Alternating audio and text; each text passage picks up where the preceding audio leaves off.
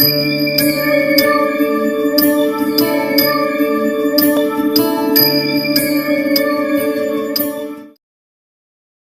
గురు గణేశ మాతృదేవో భవ పితృదేవో భవ. నేటి ఆధునిక యుగంలో మనుషుడు ఒంటరిగా ఉండటానికే ఇష్టపడుతున్నాడు.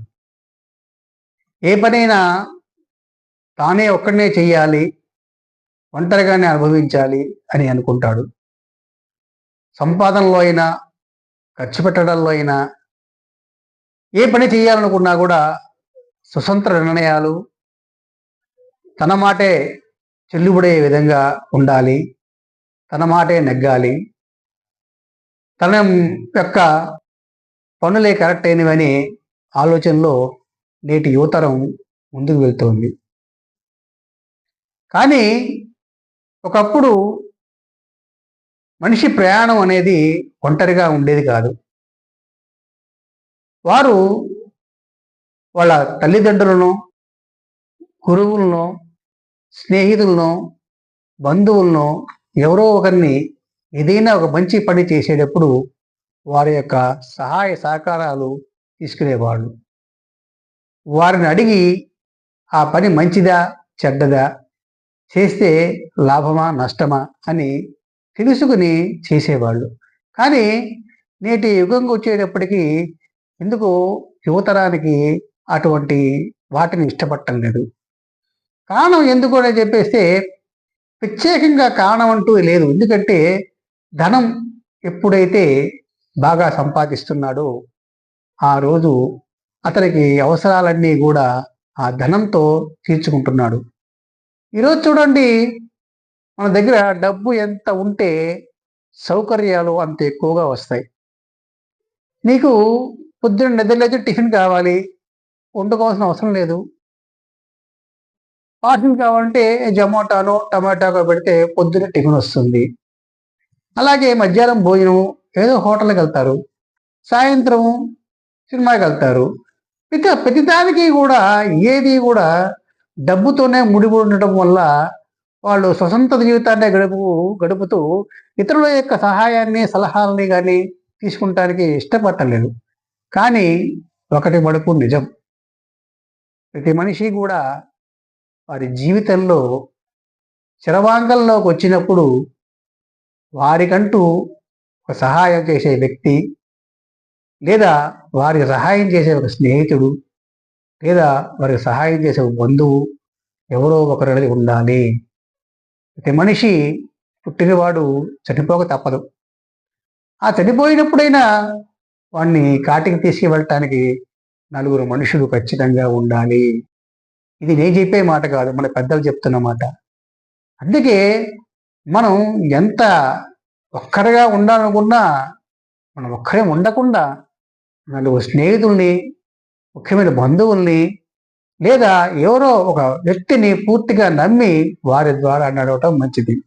ఇలా ఒంటరిగా ఉండే వ్యక్తులు ఎలా ఉంటారు అనే దాని మీద ఒక చిన్న కథ చెప్తాను, వినండి. ఒక ఊరిలో ఒక సింహం ఉంది. ఆ సింహము అడవి మొత్తానికి రాజు. ఆ పక్క ఊరిలోనే ఉన్నటువంటి ఒక ఆవు అడవికి వచ్చి గడ్డి తింటూ ఉంది. మధ్యాహ్నం అయిపోయింది. దానికి ఆకలికి తెలియక అలా తింటూ తింటూ ఉంటే ఒక్కసారిగా సింహం అరుపు వినిపించింది. ఇంకేముంది, సింహం వచ్చింది కదా అని చెప్పేసి ఆవు భయపడి పరిగెత్తడం మొదలెట్టింది. ఎలాగైనా సరే ఆవును పట్టుకుని తినాలని చెప్పేసి సింహం కూడా దానికి వెనకబడి పరిగెత్తడం మొదలెట్టింది. ఇలా పరిగెడుతూ పరిగెడుతూ సింహం దాని వెనక పరిగెడుతూ ఉండగా ఆవు ఒక చెరువులోకి దూకేసింది. వెంటనే దూకి ఈదుకుంటూ వెళ్తుంటే అది ఒక ఊబి, అంటే బాగా బురదతో నిండి చెరువు. కొంతసేపటికి దాని పేకల వరకు వచ్చేసి అది కదలనే స్థితికి వచ్చేసింది. వెంటనే సింహం కూడా అదే చెరువులో దూకి ఈదుకుంటూ ఎలాగైనా దాన్ని చంపాలి ఆవునని ఈదుకుంటూ వచ్చి దానికి కొద్ది దూరం ముందు వచ్చేటప్పటికి అది మునిగిపోయింది, పేకల వరకు మునిగిపోయింది. రెండు కూడా ప్రమాద స్థాయిలోనే ఉండిపోయినాయి. ఏ మాత్రం కదిలినా కూడా అవి చనిపోయే అవకాశం ఉంది. ఎందుకంటే బురద పీకల దాకా వచ్చినప్పుడు ఇక నిస్సహాయ స్థితిలో అవి రెండు కూడా దైవాన్ని ప్రార్థించుకుంటూ ఉన్నాయి. ఆ సమయంలో ఆవు సింహాన్ని అడిగిందట, నీకు ఎవరైనా తోడు గాని యజమాని గాని ఉన్నాడా అని అడిగిందట. సింహం నవ్వి, నేను ఈ జంతు ప్రపంచానికే రాజును, ఈ అడవికి రాజును, నాకెవరు ఉంటారు, అన్నిటికీ నేనే ఉన్నానే, నేనే మొత్తం అని చెప్పి చాలా గర్వంగా చెప్పిందట.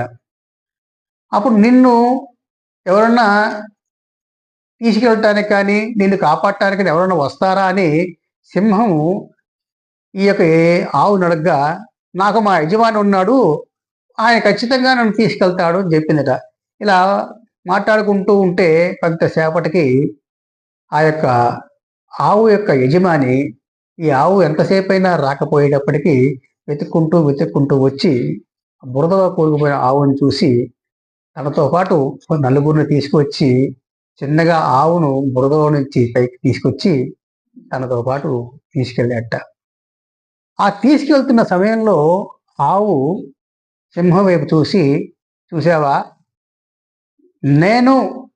నాకు ఒక యజమాని ఉన్నాడు, ఆ యజమానికి నలుగురు మనుషులు ఉన్నారు, నాకు ఆపద వచ్చినప్పుడు నన్ను కాపాడటానికి నా యజమాని ఆ నలుగురు మనుషులు ఉపయోగపడ్డారు.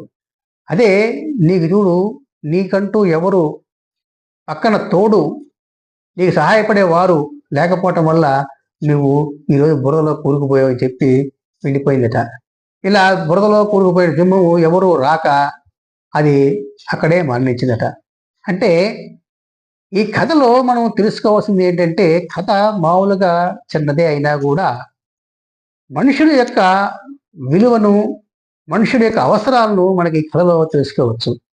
ఆవుకి యజమాని ఉన్నాడు కాబట్టి అది ఎంతసేపటికి రాకపోయేటప్పటికీ దానికోసం ఆయన వెతుక్కుంటూ వచ్చి తనతో పాటు నలుగురు తీసుకొచ్చి ఆవును సురక్షితంగా రక్షించుకుని తీసుకెళ్ళడం వల్ల ఆవు ప్రాణాలతో బయటపడింది. అదే సింహానికి ఒక నలుగురు ఉంటే అవి కూడా వచ్చిండేవేమో. అంటే ఇక్కడ మనం తెలుసుకోవాల్సింది అంటే, ప్రతి మనిషికి కూడా ఇంకో మనిషితో అవసరం ఎప్పుడూ ఉంటుంది. నాకు ఎవరితో అవసరం లేదు, నాకు ఎవరూ అక్కర్లేదు, అందరినీ నేను డబ్బులతో కొనేస్తాను, అందరినీ నేను మాట అంటాను, అందరూ నాకేం చేస్తారు అనే ఆలోచనలతో మనం పరిభ్రమిస్తున్నామని నేటి యువత ఉంది. కాబట్టి అటువంటి ఆలోచన మానేసి నలుగురితో మంచిగా ఉంటూ, నలుగురికి సహాయం చేస్తూ, నలుగురిని మనం గనక మనతో ఉంచుకోగలిగితే ఎప్పుడు ఏ ఆపద వస్తుందో, ఎప్పుడు ఎవరి వల్ల ఏ అపాయం జరుగుతుందో అని చెప్పలేం. కాబట్టి అలాంటి అపాయం కానీ అలాంటి ఆపద కానీ సంభవించినప్పుడు ఆ నలుగురే వచ్చి మనం రక్షిస్తారు. కాబట్టి మనం అందరితో కూడా మంచిగా ఉండటం మంచిది. స్వస్తి.